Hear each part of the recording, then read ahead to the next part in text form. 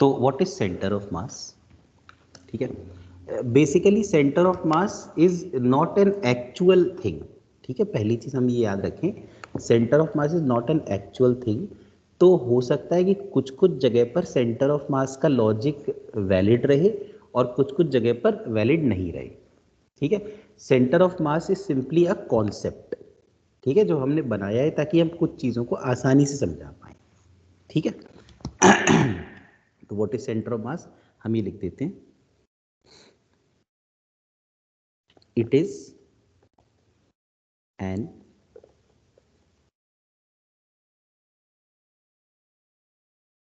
imaginary point at which the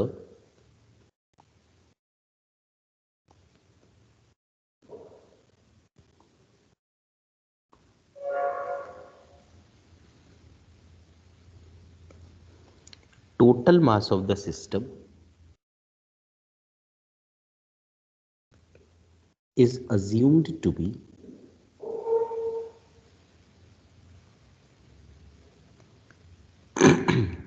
concentrated. It is an imaginary point at which the total mass of the system is assumed to be concentrated. जैसे क्या होता है कि suppose किसी जगह पर अगर दो पार्टिकल्स रखे हों, एक पार्टिकल जिसका मास m1 है और दूसरा पार्टिकल जिसका मास m2 है, तो हम लोग क्या करते हैं, सबसे पहले अपने आप से यहां पर एक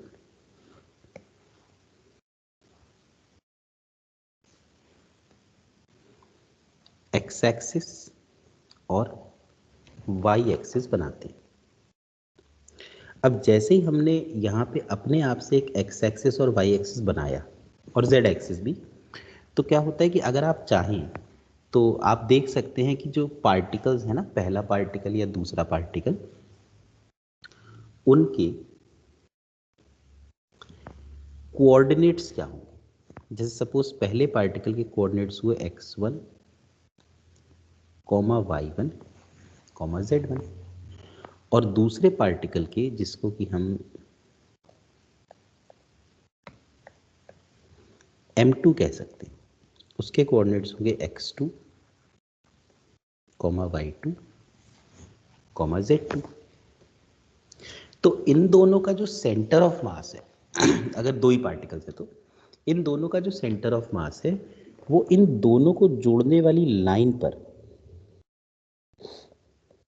किसी एक जगह होगा, या तो वो बिल्कुल बीच में होगा, या m1 के पास होगा, या m2 के पास होगा। ठीक है, तो सपोज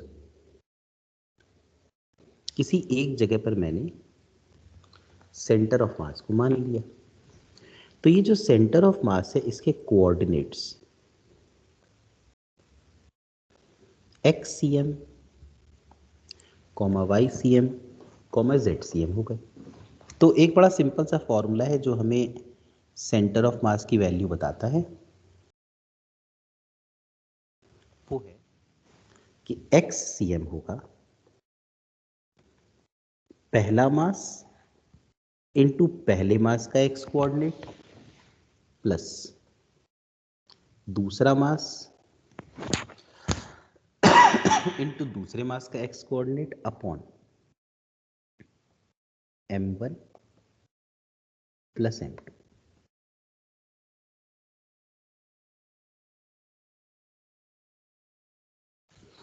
इसी तरह से अगर हमें y कोऑर्डिनेट सेंटर ऑफ मास का लेना हो तो ये होता है पहला मास इनटू पहले मास का y कोऑर्डिनेट प्लस दूसरा मास इनटू दूसरे मास का y coordinate upon m1 plus m2। ठीक है, तो first of all we have to study only how to apply this formula. ठीक है, फिर ZCM होगा m1 into Z1 plus m2 into Z2 upon m1 plus m2 if there are only two particles। if there are suppose more than two particles,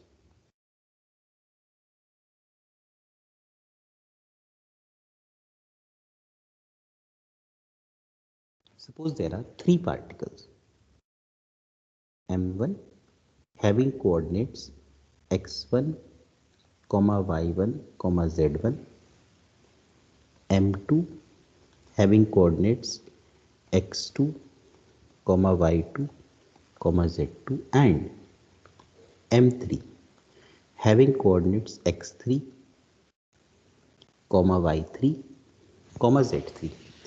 तो इन तीनों का जो centre of मास है ना, वो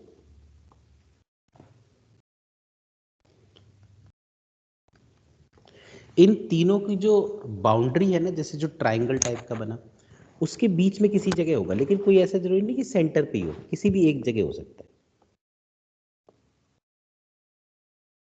इसके कोऑर्डिनेट्स हो जाएंगे XCM comma YCM comma ZCM। तो हम लोग XCM को लिख सकते हैं M1x1 plus M2x2 plus M3x3 upon M1 plus M2 plus M3। YCM को लिख सकते हैं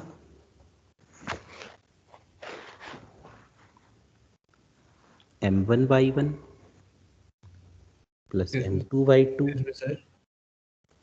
एक मिनट है ना, लिख लूँ जरा, M3y3 upon M1 plus M2 plus M3। और ZCM को लिख सकते हैं M1z1 plus M2z2 plus M3z3 upon M1 plus M2 plus M3। मतलब ये है कि कितने भी पार्टिकल्स होना, आपको हमेशा ये वाला लॉजिक लगाना है।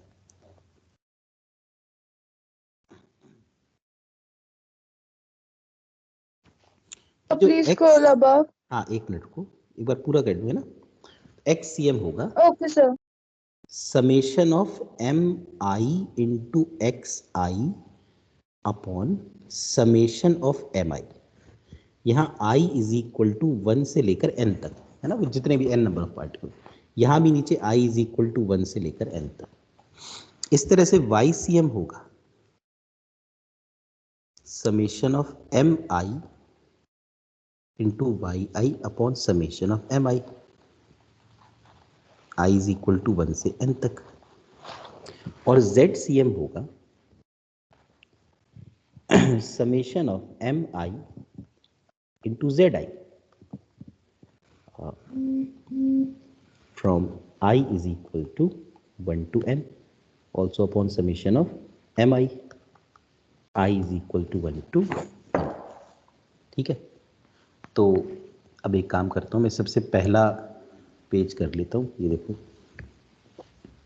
पहले ये वाला कॉपी कर लो। Excuse me sir. Yes sir मेरा ना इंटरनेट कनेक्शन आ नहीं रहा था, तो मैंने 8:10 पे ज्वाइन की थी, तो सर 10 मिनट्स में क्या हुआ था? यही हुआ है स्टार्टिंग, देखो ना ये स्टार्टिंग है। अच्छा सर, तो अभी नोट डाउन करना है ना? फोटो खींचो, तो फोटो खींच लो। एक सेकंड सर रुक जाओ। हाँ आराम से फोटो खींच लो, कोई दिक्कत नहीं। वैसे तो मैं ये PDF भी शेयर कर दूंगा अभी, ठीक है? ओके सर ये नया चैप्टर है ना? Yes, this is a new chapter. तो सर अभी मेनली सर हो गई, ये वाली पेज की हो गई सर। ये वाला हो गया, एक मिनट ये वाला कर लो। सर हो गए ये वाला सर हो गया।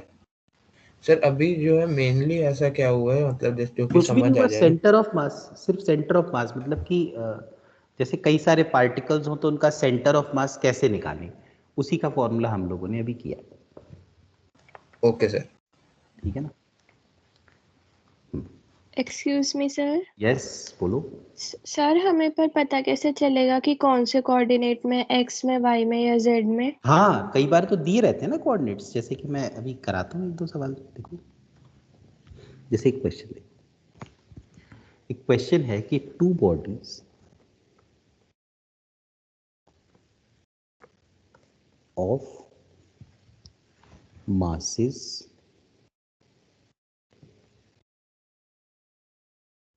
1 kg and 3 kg are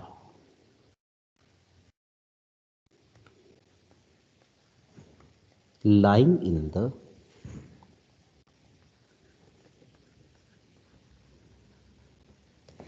XY plane at 0, 0 and 2, -1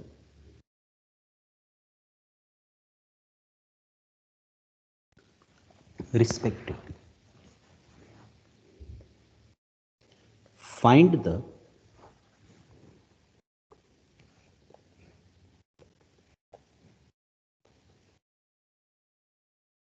coordinates of the center of mass. तो अब जैसे 1 वाला जो है उसके कोऑर्डिनेट 0, 0 है, 3 kg वाला जो है उसके कोऑर्डिनेट्स 2, -1 है। तो जो XCM होगा वो होगा, देखो क्या लिखना है, m1 x1 plus m2 x2 upon m1 plus m2। m1 plus m2 1 in plus 3 into 2 2 into 2 upon 1 0 plus 2 ये आ yes गया sir 0 प्लस 3 2 ज़ा 6 अपॉन 1 प्लस 3 4, यानी XCM आ गया 3/2। इसी तरह से अगर YCM की बात करें तो वो आएगा m1 y1 यानी 1 into 0 plus 3 into -1 upon 1 plus 3 -3/4 -3/4। इसका मतलब कोऑर्डिनेट्स हो गए 3/2, -3/4। क्या आपको समझ में आया? बिल्कुल बेसिक क्वेश्चन।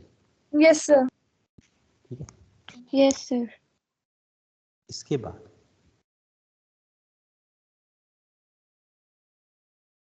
एक और क्वेश्चन करते हैं।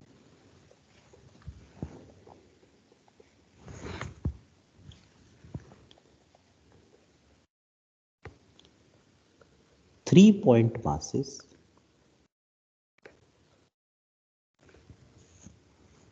of 1 kg, 2 kg and 3 kg lie at 0, 0, 1, 2, 3, -1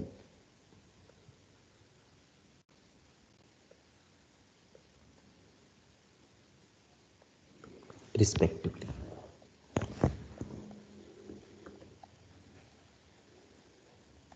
Calculate the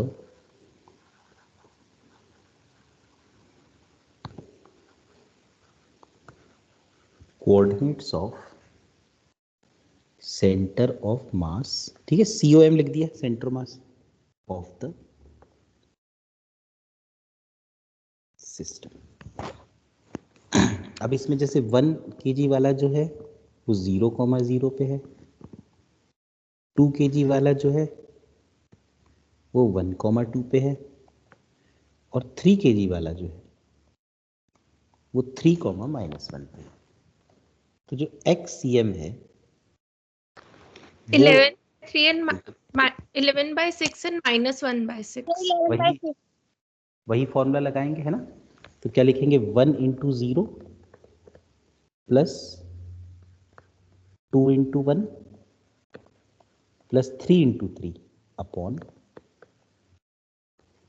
1 plus 2 plus 3।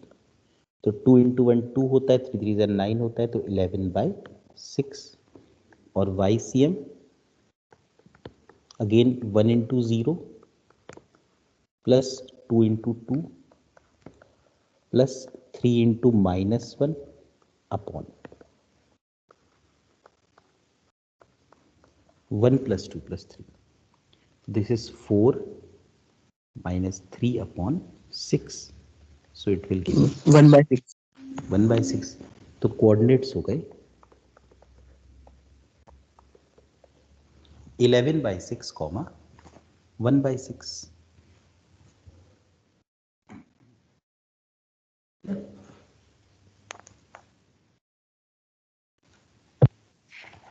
Sir Yes. हम x सेंटीमीटर y सेंटीमीटर क्यों लेते हैं? x सेंटीमीटर मतलब ओ centre of mass, sorry sir. Centre of mass. COM है ना, COM सेंटर. Okay sir. ठीक है, ओके. अच्छा ये तो हो गया. देखो फॉर पॉइंट अगर पार्टिकल्स हो, है ना. कई बार क्या होता है, पार्टिकल्स की जगह बड़े ऑब्जेक्ट होते हैं. जैसे कि अगर हम रॉड की बात करें,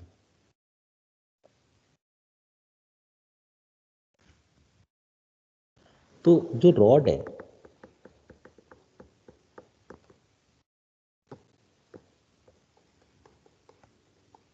फिर उसमें बहुत सारे स्मॉल पार्टिकल्स होंगे.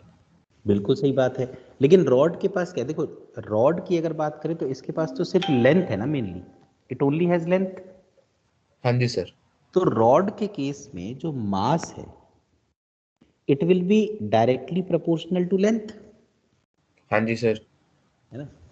तो अगर हम इस प्रोपोर्शनैलिटी साइन, अच्छा ये रॉड के केस में हो सकता है और ये रिंग के केस में भी हो सकता है. भाई जिसके पास सिर्फ लेंथ ही है, जैसे रिंग है, अब रिंग में भी जो वायर से अपन ने रिंग बनाया उस पर लेंथ ही तो है सर. तो इन अच्छा दोनों ही सर. केसेस में मास लेंथ पे डिपेंड करेगा. तो जैसे हम इस प्रोपोर्शनैलिटी साइन को अगर हटाएंगे तो एक कांस्टेंट आएगा लैम्डा इनटू एल. ये जो लैम्डा है इसको हम m/l लिख सकते हैं. We can call it like mass upon length, या इसको मास पर यूनिट लेंथ भी लिख सकते हैं. तो इस लैम्डा का एक नाम होता है linear mass density. Linear mass density. इसकी जो यूनिट है, देखो m मतलब ऊपर आ गया kg पर मीटर.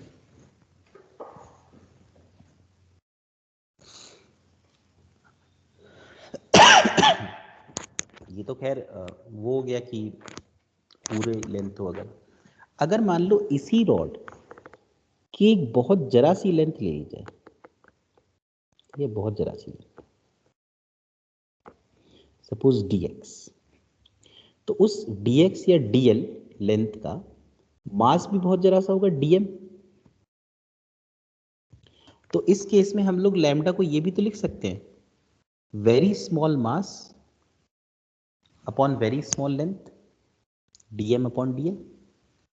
तो लीनियर मास डेंसिटी एक तो सिंपल ये लिख सकते हो कि total mass upon total length, या चाहो तो ऐसे भी लिख सकते हो very small mass upon very small length.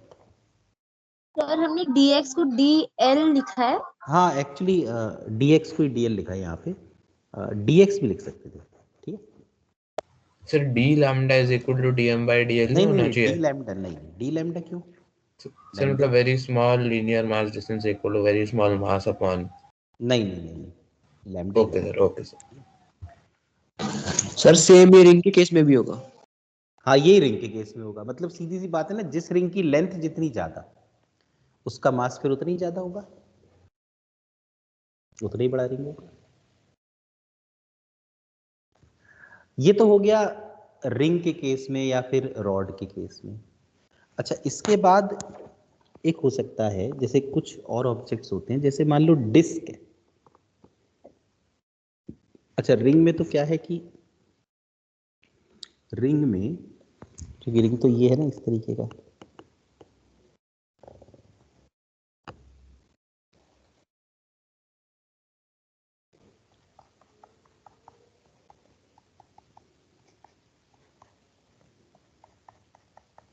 तो रिंग में सारा मास उसकी लेंथ पे डिपेंड कर रहा है। ठीक है, अगर हम बात करें डिस्क की, तो डिस्क ये है ना, इस तरह की डिस्क पूरा एरिया पे फैला रहता है मास। ठीक है, या मान लो कोई प्लेट हो, प्लेट इस तरह से रेक्टेंगल शेप की,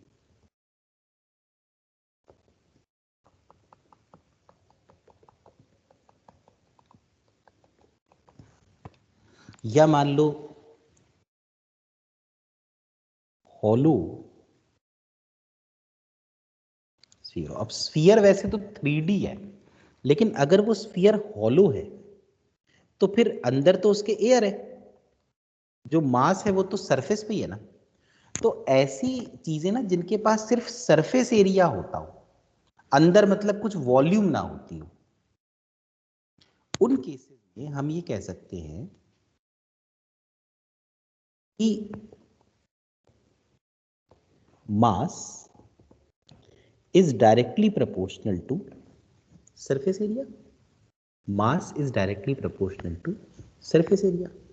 तो अगर हम इस प्रोपोर्शनैलिटी साइन को हटा दें तो एक कांस्टेंट आएगा सिग्मा इनटू एरिया।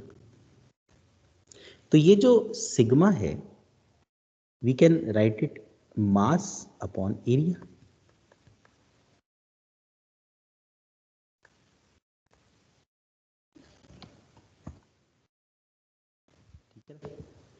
इसको हम लिख सकते हैं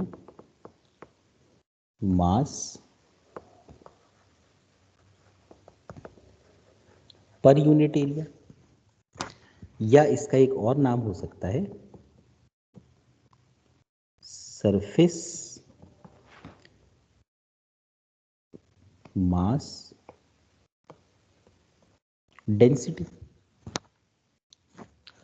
कई लोग तो सरफेस मास डेंसिटी कहते हैं, कई लोग ये मास हटाकर सिर्फ इसका नाम सरफेस डेंसिटी रख देते हैं।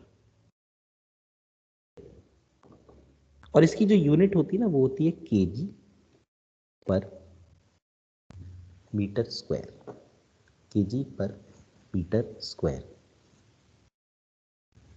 एरिया आ गया तो सर मीटर। हाँ बिल्कुल सही बात है। और यहाँ पर तो देखो आपने पूरा एरिया ले लिया, लेकिन अगर आप किसी डिस्क का ही सपोज बहुत छोटा सा कोई एरिया ले लें, बहुत छोटा सा एरिया DA, तो इसका जो मास होगा वो भी बहुत कम होगा। तो we can write that sigma will be DM upon DA।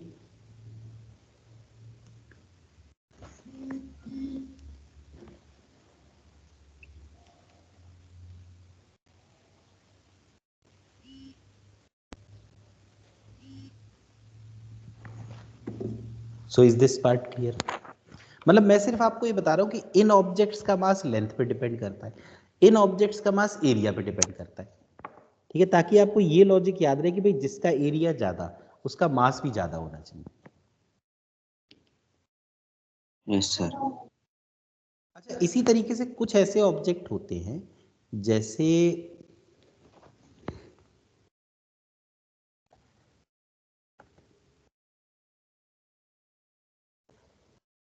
Solid sphere.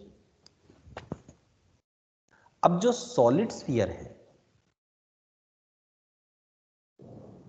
उसमें तो पूरे में अंदर मास भरा हुआ है, सॉलिड है वो। तो सॉलिड स्फीयर के केस में जो जितनी ज्यादा वॉल्यूम उतना ही मास, यानी m will be directly proportional to volume. तो अगर मैं इस प्रोपोर्शनैलिटी साइन को हटाऊं तो एक कांस्टेंट आता है रो, इंटू वी। तो ये रो हो गया m upon, so it is known as volume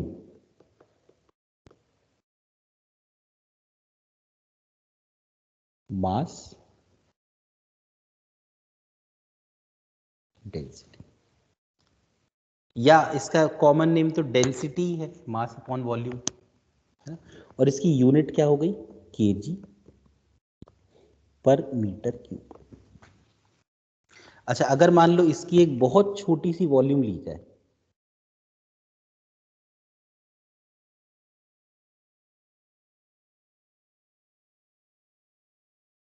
बहुत छोटी सी वॉल्यूम, ठीक है, डीवी, तो उसका मास भी डीएम हो जाएगा। तो जो रो हो जाएगा ना, इट विल बी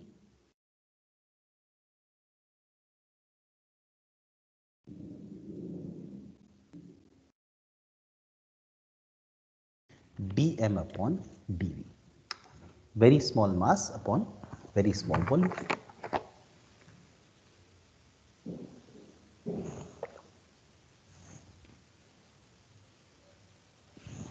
और एक बार ऊपर स्क्रॉल कर दो।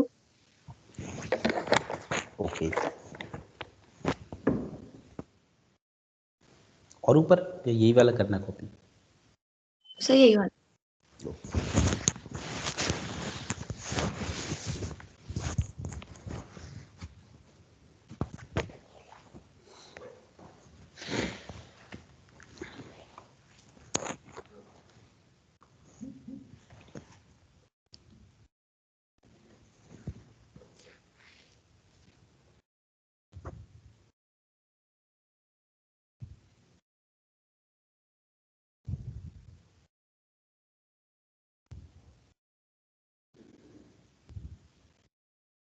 Done sir. ओके,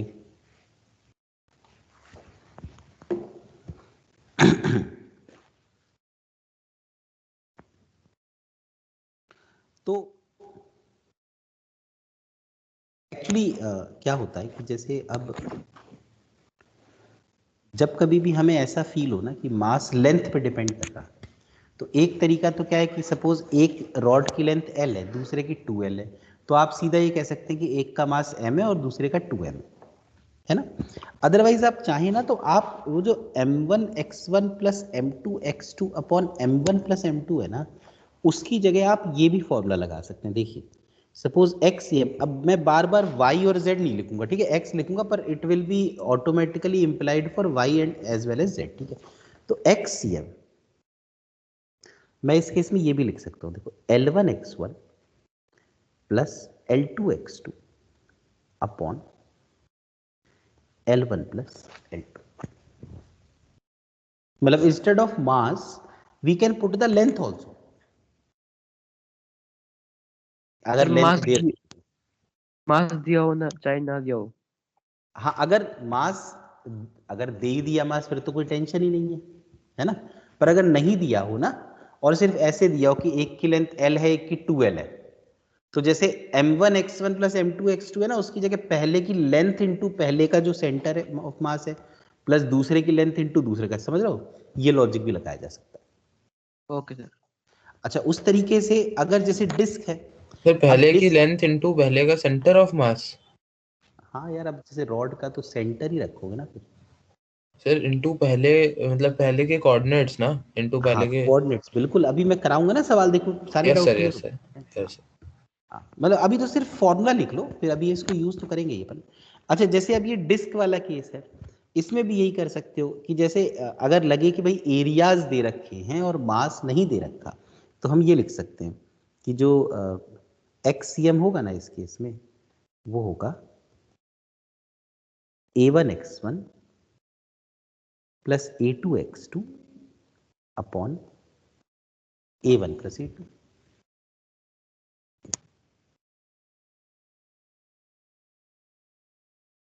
ऐसे ही सॉलिड स्फीयर के लिए लिख सकते हो, मतलब कभी भी कोई ऐसी चीज जो सॉलिड हो ना, जिसमें वॉल्यूम हो, तो we can write like XCM is equal to v1x1 plus v2x2 upon v1 plus v2। तो ये वाला कुछ पॉइंट क्लियर हुआ कि इंस्टेड ऑफ, यस बोलो। यस सर जो एरिया वाला होगा उसका XCM area x1 plus area x2 होगा। हाँ देखो ना, ये लिखा ना a1 x1 plus a2 x2 upon a1 plus a2।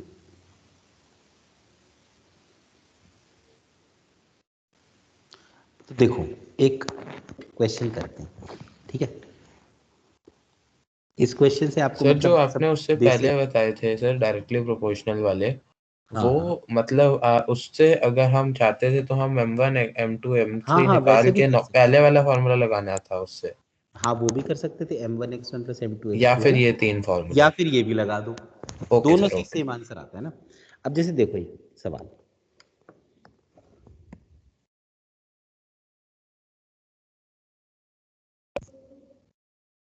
ये x है ये y है, ठीक है। एक रॉड है जिसकी लेंथ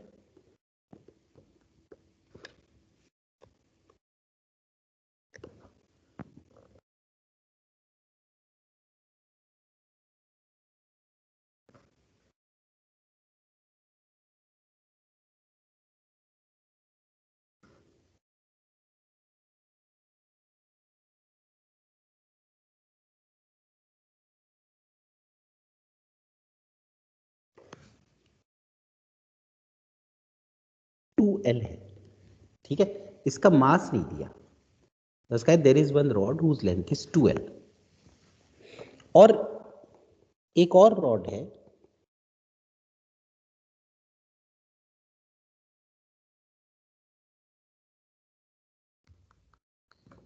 जिसकी लेंथ L है, मास इनके भी नहीं दिए, ठीक है।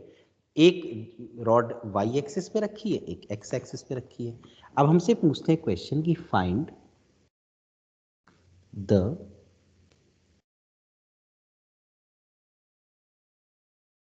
कोऑर्डिनेट्स ऑफ द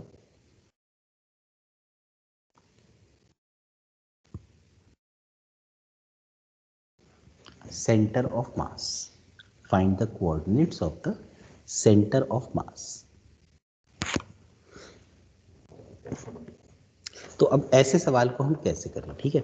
सबसे पहले तो हमें क्या करना चाहिए, जैसे कोई रॉड है, अब हमें पता है ना कि रॉड का जो सेंटर ऑफ मास है वो उसके सेंटर पे ही लाई करेगा। तो जैसे कि ये जो x एक्सिस पे रॉड रखी है, इसका सेंटर मास यहां होगा बिल्कुल बीच में, तो इसके कोऑर्डिनेट्स क्या होंगे, ठीक है। देखो टोटल लेंथ L है, तो ये जो बिल्कुल मिड पॉइंट है इस पे तो फिर ये L/2 हो गया ना x की वैल्यू, क्योंकि आधी ही लेंथ हुई। और चूंकि ये पॉइंट x एक्सिस पे है तो y की वैल्यू 0 हो गई।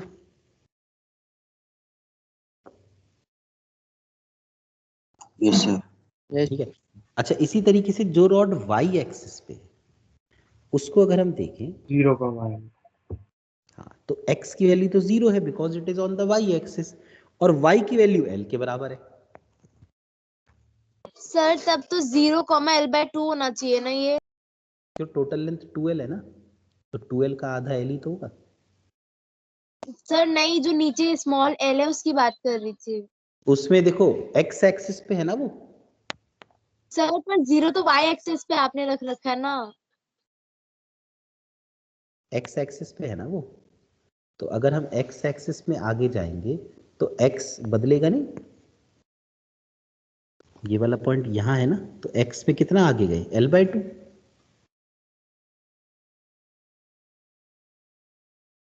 जबकि y में तो गई नहीं।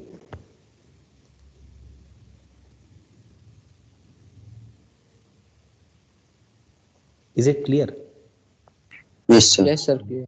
ठीक है। अच्छा अब हाँ, अब आप क्या कर सकते हैं, आप चाहे तो आप ये लगा सकते हैं क्योंकि यहाँ लेंथ पे डिपेंड कर रहा है मास, तो we can write the XCM is equal to L1 x1 plus L2 x2 upon L1 plus L2। तो अब जैसे XCM कितना होगा देखो, इसको सपोज मैं फर्स्ट रॉड मान लूँ, ये एक्स एक्सिस वाली को, और इसको सेकंड, तो L इंटू पहली रॉड का कितना है x, L/2 है, प्लस जो y वाली है उसकी लेंथ तो 2L है, और उसका x कितना है 0, समझ पा रहे हो, जिसकी लेंथ L है उसका x है L/2, जिसकी लेंथ है 2L उसका x है 0 अपॉन L प्लस 2L। तो ये कितना आ गया ऊपर,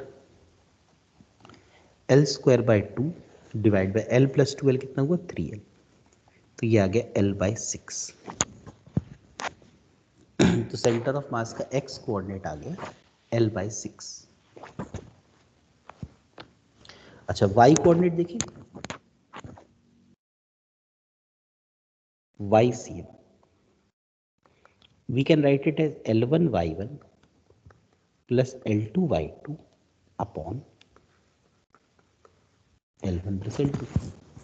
तो YCM is L1, पहली रॉड जो x वाली है उसकी लेंथ तो L है और उसका y कितना है 0, दूसरी रॉड जिसकी लेंथ 2L है उसका y कितना है L upon L plus 2L मिला के कितना हो गया 3L, ठीक है ना। तो हाउ मच इज दिस, ऊपर आ 2L गया 12² और नीचे आ गया 3L। 12/3। अब बताइए क्या आपको ये समझ में आया। तो कोऑर्डिनेट्स कितने हो गए इसके सेंटर ऑफ मास के, L/6 comma 2L/3। Excuse me sir. हाँ बोलो सर XCM में नीचे L/6 कैसे आया था? वो यार देखो ना सॉल्व करके, L इंटू L/2 L²/2 आ गया था, ओके सर और ठीक, और है ना, सर तो अच्छा 2 जो नीचे आया था वो उससे हो गया था। अच्छा, हाँ ठीक है ओके सर। ठीक है, समझ में आया, बोलो। Yes sir. तो आप लोग कॉपी कर Yes, रहे हैं या sir. मैं अगला सवाल कराऊं? अगर कॉपी कर रहे हो तो मैं रुक जाता हूँ 1 मिनट। कर लिया। ओके ठीक है, Excuse me, sir. हाँ बोलो। सर अगर यहाँ पे लेंथ किसी न्यूमेरिक वैल्यू में होती जैसे 5 या 4 कुछ भी, तो हम हाँ उसकी तो जगह 12 की जगह वही लिख देते फिर। बिल्कुल, और क्या, ओके जो सर, वैल्यू होती तो वैल्यू रख देती। Okay sir. अब एक और क्वेश्चन देखो, एक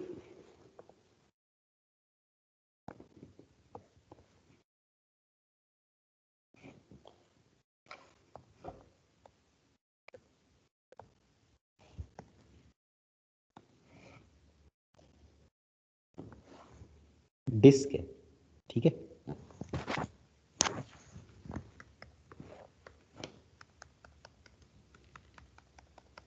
हॉलो नहीं है, रिंग नहीं है, डिस्क है, पूरी भरी हुई है।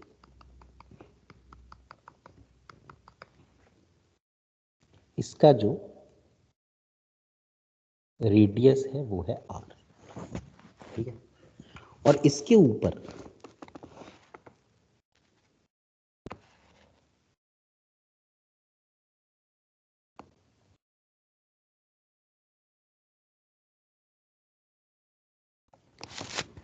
एक और डिस्क रखी है, देख रहे हो, दूसरी सर डिस्क इसके ऊपर है। इससे ऊपर रखी हुई है, देखना। अच्छा सर ऊपर है, मतलब उसका भी है, वहां से नीचे से उसकी हाँ है हाँ वॉल्यूम। बिल्कुल, ठीक है सर।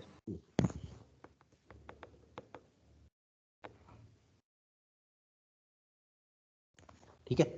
तो एक बड़ी डिस्क जिसका रेडियस r है उसके ऊपर एक छोटी डिस्क रखती है, ठीक है। अगर सपोज मैं ऐसे बनाता हूं तो बड़ी डिस्क ये हो जाएगी, इस तरीके से पूरी फिल्ड है,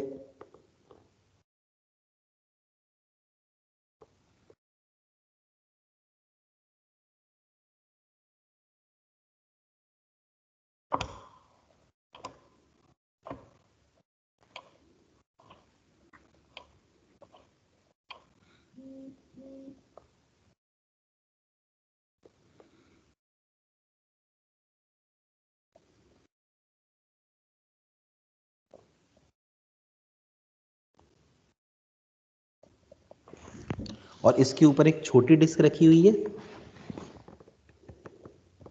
ये इस तरह से। I think diagram is clear now. Yes, sir. ठीक है ना। छोटी डिस्क का जो रेडियस है ना वो r/2 के बराबर है। बड़ी डिस्क का रेडियस r के बराबर है, छोटी डिस्क का रेडियस r/2 के बराबर है।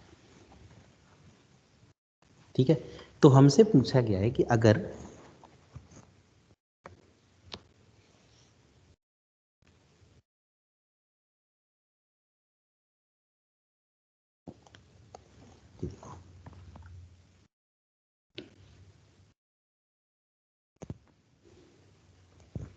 ये x एक्सिस और y एक्सिस दिख रहा है ना आपको,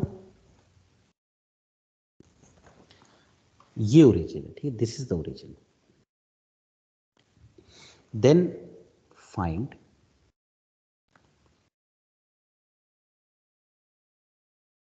coordinates of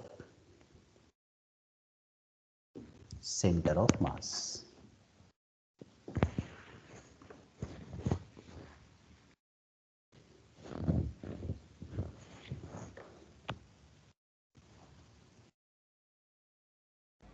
सर इसमें सरफेस एरिया से होगा। बिल्कुल सही बात है, करो ट्राई। Yes sir.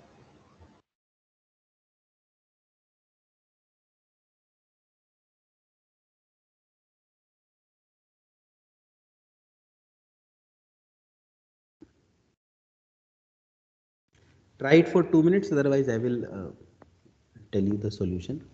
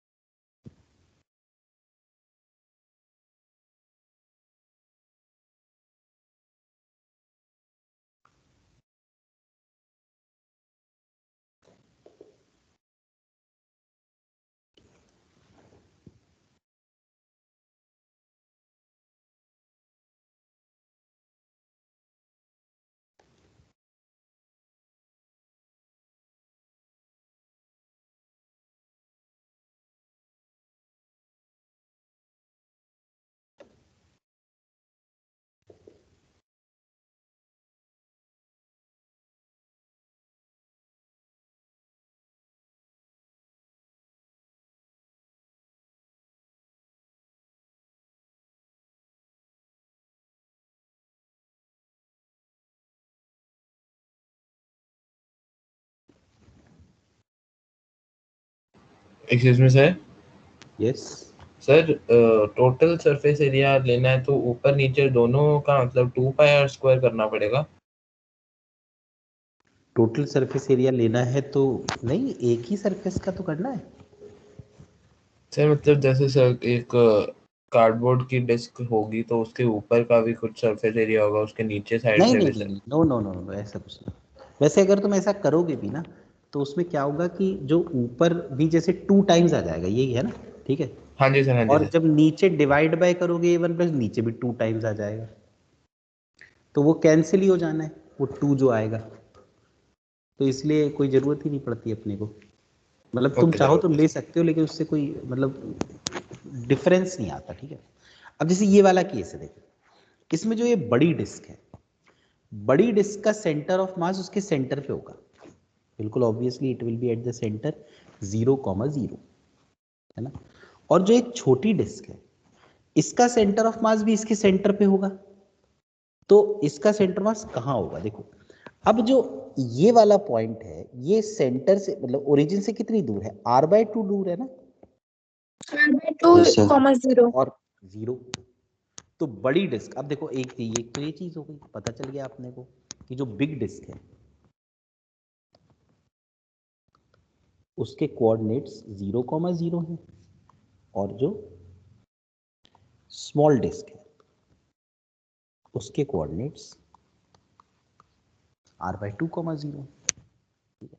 अच्छा, बिग डिस्क जो है उसका एरिया, चूंकि उसका रेडियस r है तो उसका एरिया πr² हो गया, और जो छोटी डिस्क है उसका रेडियस r/2 है तो उसका एरिया पाई r/2² होगा ना, यानी इट विल बी पाई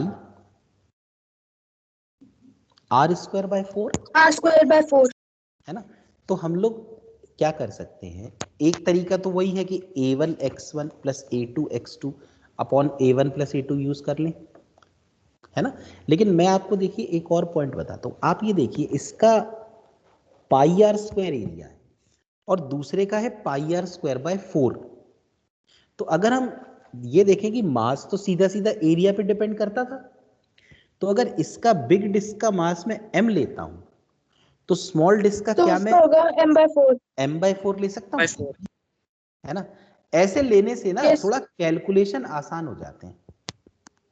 अब जैसे अगर मैं y x कोऑर्डिनेट 0 आ रहा है और y x तो कोऑर्डिनेट दोनों y 0 है, दोनों y 0 है तो obviously it will B 0 only. तो xcm ही निकालना है सिर्फ अपने को, तो आएगा m × 0 plus m/4 × r/2 upon m plus m/4। तो ये कितना आ जाएगा, mr/8, m plus m/4 is 5m/4, so it will 2m और m कैंसिल हो गया, तो आंसर r/10 आ गया। एंड ycm 0 ही है बिकॉज बोथ आर 0, ठीक है। तो कोऑर्डिनेट्स हो गए सेंटर ऑफ मास के r/10, 0। So is this part clear. कई बार थोड़ा आसान हो जाता है ना, जैसे इस केस में हम देख पा रहे हैं सीधा सीधा कि भाई एक πr², एक πr²/4 है। अगर आप नहीं निकाल पाए, मतलब आपको ऐसा करने में दिक्कत हो, तो आप सीधा एरिया से ही करते हैं सॉल्व। अगर आप आसानी से निकाल पा रहे हो तो मास रख दें। तो क्लियर हुआ, बोलो। Yes sir. ठीक है, अच्छा। तो सेंटर ऑफ मास को एक बार प्लॉट भी कर देते हैं ना, देखते हैं कहाँ पे है सेंटर ऑफ मास।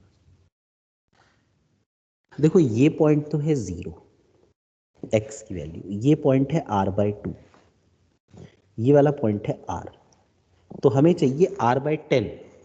तो r/10 का मतलब हुआ एक्चुअली r के ना 10 पार्ट करो और r/10 रख दो, तो पता कहाँ पे आएगा। मुझे ऐसा लगता है कि लगभग यहाँ कहीं आएगा, यहाँ कहीं आएगा ना, यहाँ। और ये वाला जो डिस्टेंस होगा, ये वाला, ये जो डिस्टेंस है, ये येलो कलर से जो यहाँ डिनोट, ये डिस्टेंस जो है ये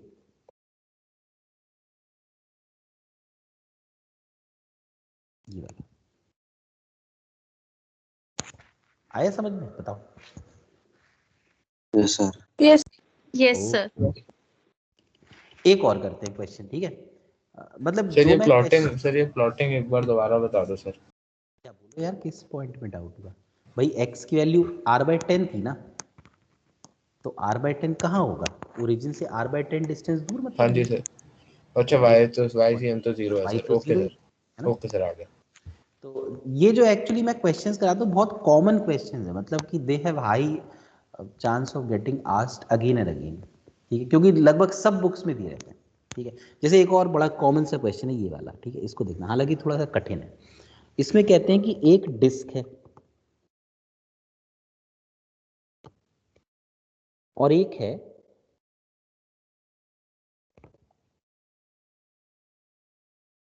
स्क्वायर प्लेट, ठीक है, इस तरीके से।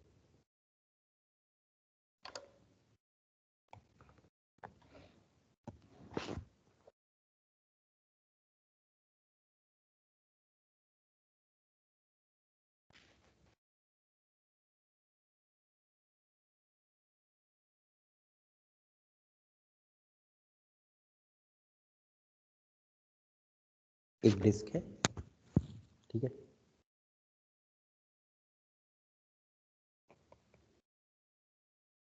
और एक स्क्वायर प्लेट है।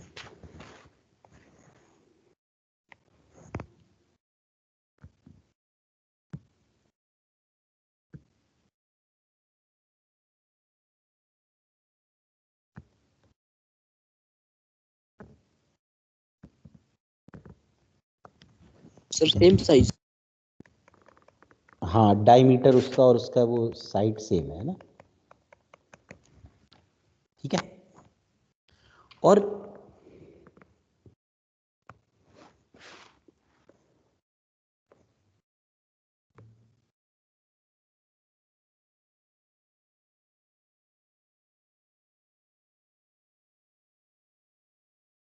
ये हमारे x और y एक्सिस है, ठीक है। इसका radius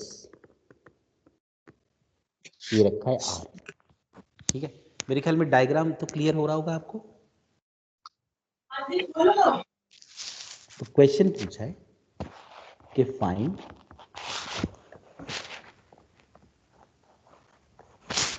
the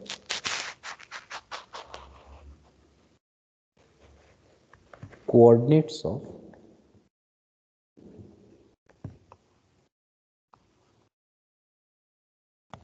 center of mass.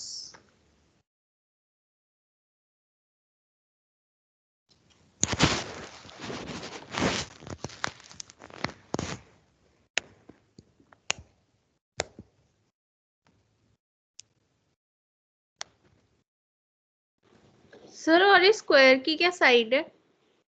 ये दे नहीं रखी, अच्छा, सिर्फ ये डायग्राम दे रखा था और बस रेडियस r दे रखा था। सर हम एल अज्यूम कर लेना। अज्यूम क्यों कर लो, डायग्राम से पता करो।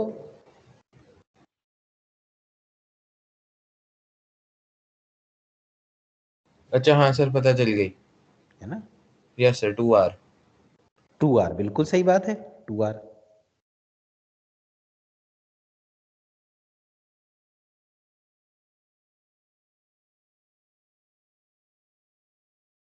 सर रेडियस का डबल कर दिया। बिल्कुल सही भाई, ये वाली साइड ही तो पता करनी थी ये, है ना। तो हम देख सकते हैं r और r मिला के 2r ही तो। Yes, sir. तो अब आप सबसे पहले तो ये देखिए कि इनका एरिया क्या क्या है। यहां मैं लिख देता हूं डिस्क, यहां मैं लिख देता हूं स्क्वायर प्लेट। डिस्क का एरिया, डिस्क का रेडियस r था, तो डिस्क का एरिया तो पाई आर स्क्वायर हुआ, और स्क्वायर प्लेट का एरिया 2r इंटू 2r करके 4r स्क्वायर हो गया। सही है।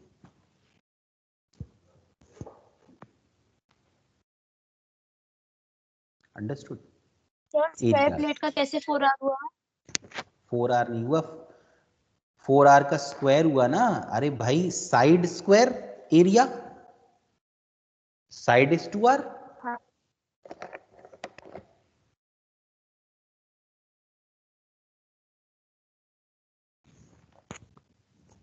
बताओ।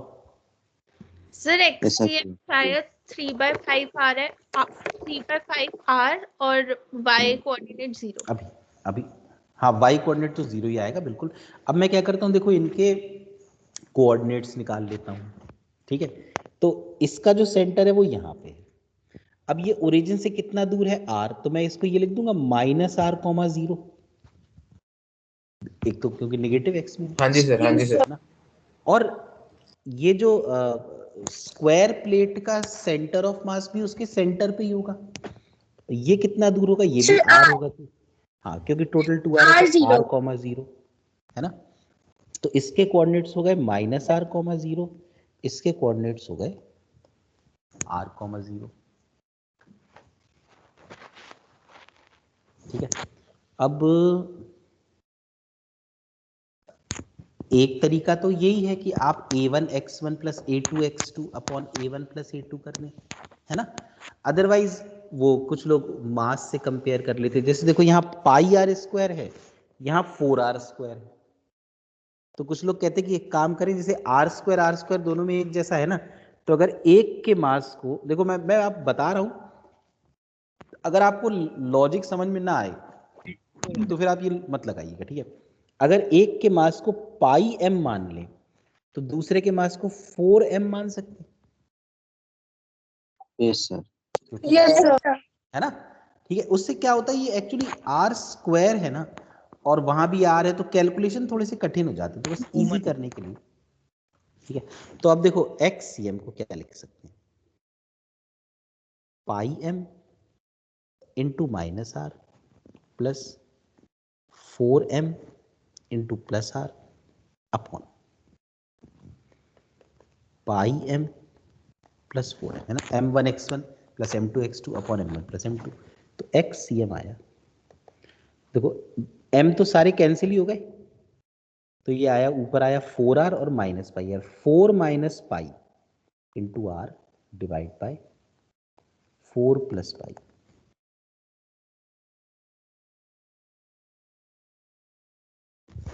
सर ये मुझे M1 जो है वो पाई एम कैसे आया, ये समझ नहीं आया सर। मत रखो ना, पाई आर स्क्वायर रख के कर लो भाई। XCM को क्या लिखोगे, मान लो ये नहीं लेना चाहते आप, सपोज आप ये नहीं लेना चाहते ये वाला, ठीक है, अच्छा सर, तो फिर A1 वही लगा दो, A1 L1 तो वाला। Pi r square into minus r plus 4r square into plus r upon pi r square plus 4r square, r square cancel हो गए पूरे, तो भी तो वही आ गया देखो, ये 4 सर माइनस, इसमें पाई की वैल्यू डालना जरूरी नहीं है ना। नहीं बिल्कुल जरूरी नहीं है, मतलब अगर, अब ये तो डिपेंड करता है ना कि उन्होंने ऑप्शन में क्या दे रखा, अगर उन्होंने ऑप्शन पाई के टर्म्स में दे रखा तो कोई दिक्कत ही नहीं है ना। लेकिन फिर भी चलो मैं एक काम करता हूँ, मैं बस ये पता करता हूँ कि भाई देखो ये XCM जो आया ये पॉजिटिव आया कि निगेटिव आया। 0.86 R अपॉन 7. तो देखो पाई तो 4 से कम है ना, तो अगर मैं XCM निकालूं एग्जैक्ट वैल्यू, तो 4 minus 3.14 into R upon 4 plus 3.14, तो XCM आ गया 4 माइनस 3.14 क्या, 0.86 आर अपॉन 7.14, ये होगा ना, यस सर। Yes. है ना। तो मतलब एग्जैक्ट वैल्यू से मतलब मेरा ये था कि ये देखना कि पॉजिटिव है कि नेगेटिव, तो ये पॉजिटिव आ रहा है ना। अब पॉजिटिव आ रहा है, इसका मतलब ओरिजिन के राइट साइड होगा कि ओरिजिन के लेफ्ट साइड होगा, सर राइट। राइट साइड है ना, Right. यानी सेंटर ऑफ मास है यहाँ का ही होगा। तो जैसे एक बार उन्होंने एक सवाल ये पूछा था कि where will the centre of mass lie, whether it will lie inside the square plate or it will lie inside the disk. Inside the square plate. Inside the Inside square, the square. है ना, एक बार मतलब सिर्फ यही पूछा था। तो I think this much is clear. Satyam कुछ कह रहे हो क्या? Yes, sir. Sir exam, sir मैं जा सकता हूँ? ओके ओके, क्या कुछ टेस्ट है क्या? सर केमिस्ट्री का मिड टर्म है। ओके ओके यार, बिल्कुल, चलो बेस्ट ऑफ लक। सर हाँ बोलो। आपने बोला था इससे मास लेके भी सॉल्व कर सकते हैं ना? हाँ बिल्कुल लेके कर सकते हैं, जैसे मैंने यहाँ पे मास के टर्म्स में लिखने की कोशिश तो करी, पाई आर स्क्वायर को पाई एम लिख दिया, 4r स्क्वायर को 4m लिख दिया। But sir R square mass कैसे हो गया? बिल्कुल नहीं हुआ, मैंने कब कहा बिल्कुल, मैंने तो ये कहा कि भाई अगर सपोज उस तरीके से सिर्फ रेशियो लेना है ना एक्चुअली, तो अगर मैं पाई आर स्क्वायर का मास पाई एम मान लेता तो 4r स्क्वायर का मास कितना मान लेता, भाई एग्जैक्ट मास थोड़ी लेना आपको, आपको तो सिर्फ ये कहना कि अगर इसका इतना हुआ तो उसका कितना होगा। जैसे वहां पे पाई आर स्क्वायर का आपने m माना था, तो वो पाई आर स्क्वायर बाय 4 का कितना मान लिया था, m/4,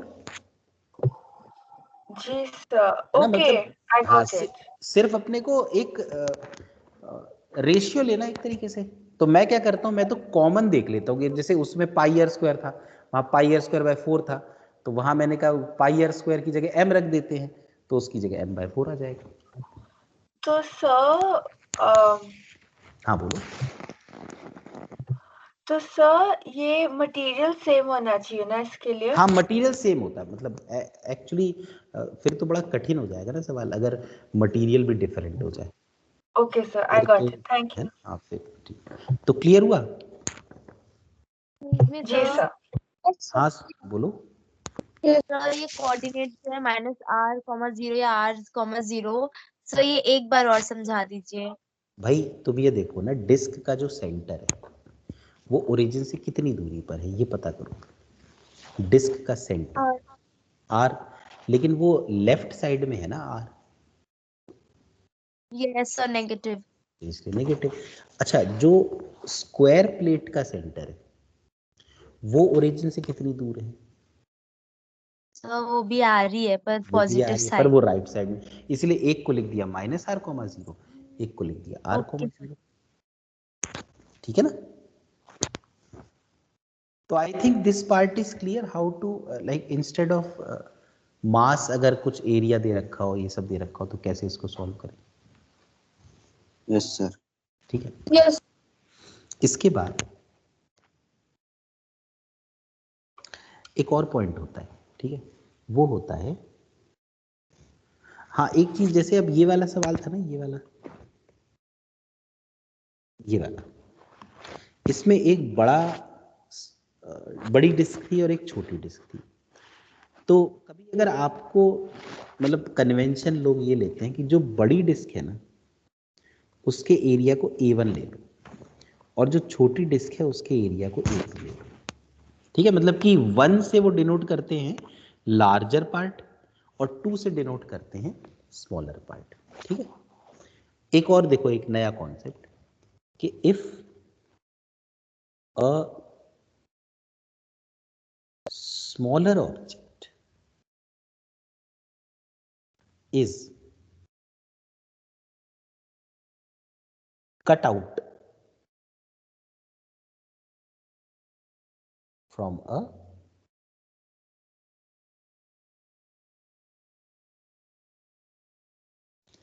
larger object,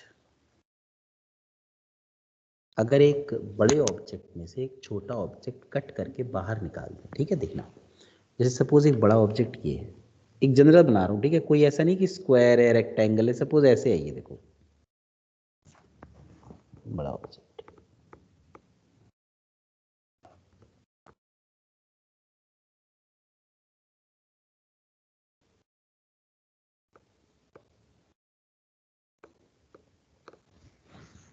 और इसमें से किसी आदमी, अच्छा इसका सेंटर कहीं ना कहीं तो होगा, सेंटर ऑफ मास, सपोज इसका सेंटर ऑफ मास ये,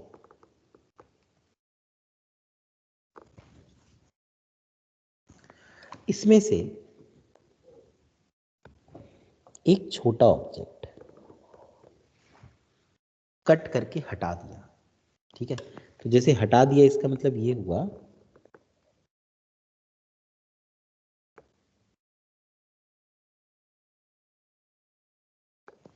ये देखो, ठीक है ना, तो ये जो छोटा ऑब्जेक्ट है जो कट करके आपने हटाया है उसका भी तो कोई सेंटर ऑफ मास होगा ना। एक मिनट मैं देखता हूं अगर मैं इसको अलग कर पाऊं ना, एक सेकंड,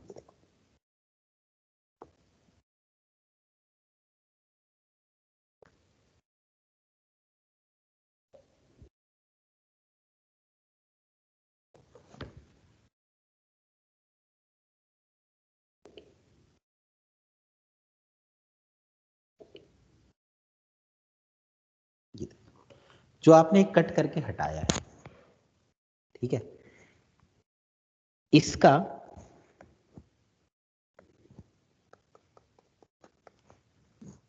समझ रहे हो, हटा दिया तो एक खाली जगह आ गई यहाँ पे। क्लियर हुआ लॉजिक? Yes sir. है ना, इसको चाहो तो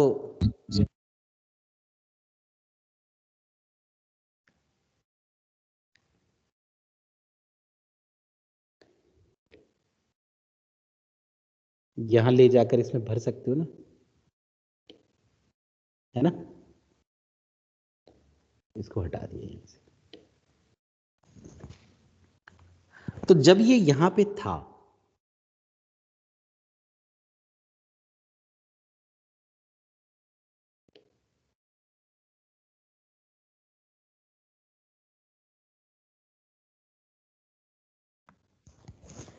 तो इसके भी कुछ सेंटर ऑफ मास के कोऑर्डिनेट्स होंगे, है या नहीं? जो सिर्फ रेड कलर का ऑब्जेक्ट है जिसको हटाया गया है, यस सर। ठीक है। अच्छा, उसके भी कुछ सेंटर ऑफ मास के कोऑर्डिनेट्स होंगे, बिल्कुल सही बात है। अब यहाँ दो दो सेंटर ऑफ मास है, एक तो क्या है वो बड़े ऑब्जेक्ट का सेंटर ऑफ मास, और एक जो ऑब्जेक्ट आपने हटाया है उसका सेंटर ऑफ मास,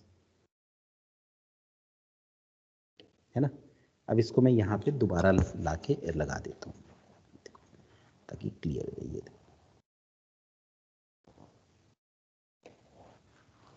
सही है? Yes sir. ठीक है।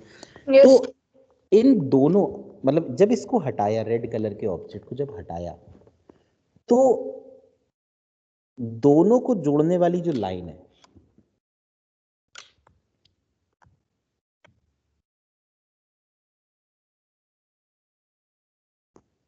दोनों को जोड़ने वाली जो लाइन है, सेंटर ऑफ मास इसी लाइन पर थोड़ा सा पीछे की तरफ खिसकेगा। अगर हम ज्योमेट्रिकली देखें तो when this red color mass is removed, then center of mass of this big object will shift backwards on the line. तो अगर मैं इसको Sir, ये जो ऐसा क्यों? हाँ ऐसा क्यों, ये भी बताए तो।